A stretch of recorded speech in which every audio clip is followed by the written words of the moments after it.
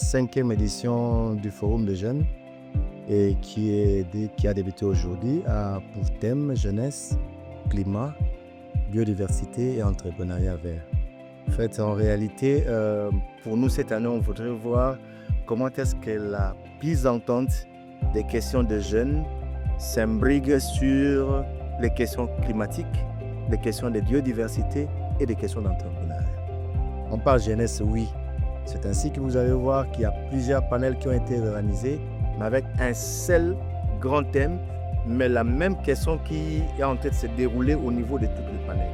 En fait, pour nous, c'est une remise à question sur la question de la jeunesse, mais dans toutes les diverses sous-thématiques. Notre plaidoyer, parce qu'on ne peut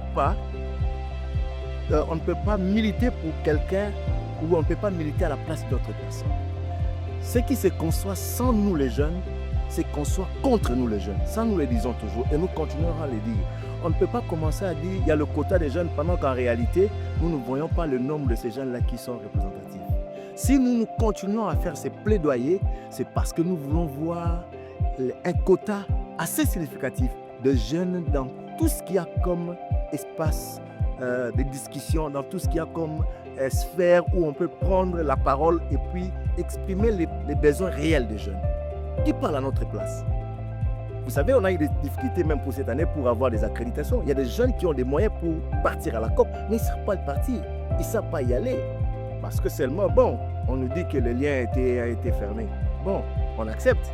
Maintenant là, lorsqu'on rétrécit l'espace pour que les jeunes puissent intervenir, ça c'est déjà un problème. Donc jusque-là, nous sommes insatisfaits du nombre de représentations de jeunes dans les espaces de discussion. Dans plusieurs cadres, on a beaucoup de cadres de concertation qu'il y a, mais le nombre de participations des jeunes est à combien? Ça, c'est notre plus grande bataille. Voilà pourquoi nous continuons à forcer, à continuer à bousculer, afin que les portes s'ouvrent pour qu'il y ait des jeunes qui siègent dans beaucoup des espaces, afin qu'ils prennent en compte, parce qu'il n'y a que les jeunes qui peuvent prendre en compte l'ère des États et les ramener là-bas. Ce ne sont pas les plus âgés. C'est comme nous l'avions conçu dans notre agenda. Le premier jour pour nous était sur des questions climat et biodiversité. Le deuxième jour, demain, nous allons nous asseoir sur des questions d'entrepreneuriat. Nous allons vouloir comprendre la question d'entrepreneuriat elle-même. Et puis, nous aurons, par exemple, avec nos amis de INPP qui présenteront l'annuaire de tout ce qu'il y a comme métier vert.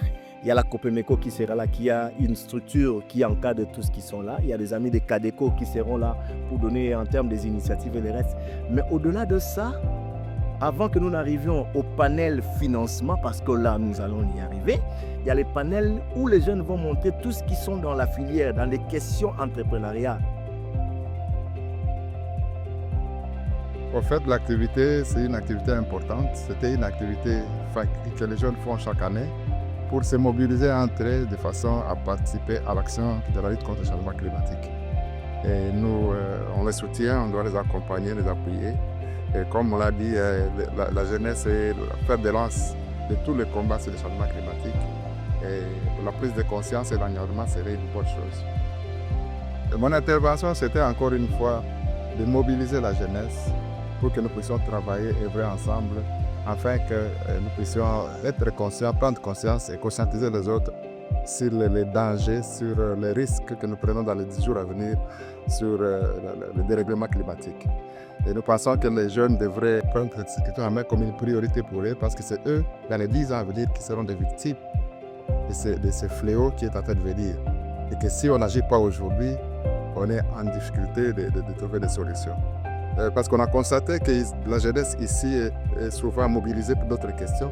Et nous avons insisté aussi sur l'éducation civique et environnementale, qui est aussi une question où si les jeunes se mettaient ensemble, ils peuvent transformer les choses, transformer les consciences collectives.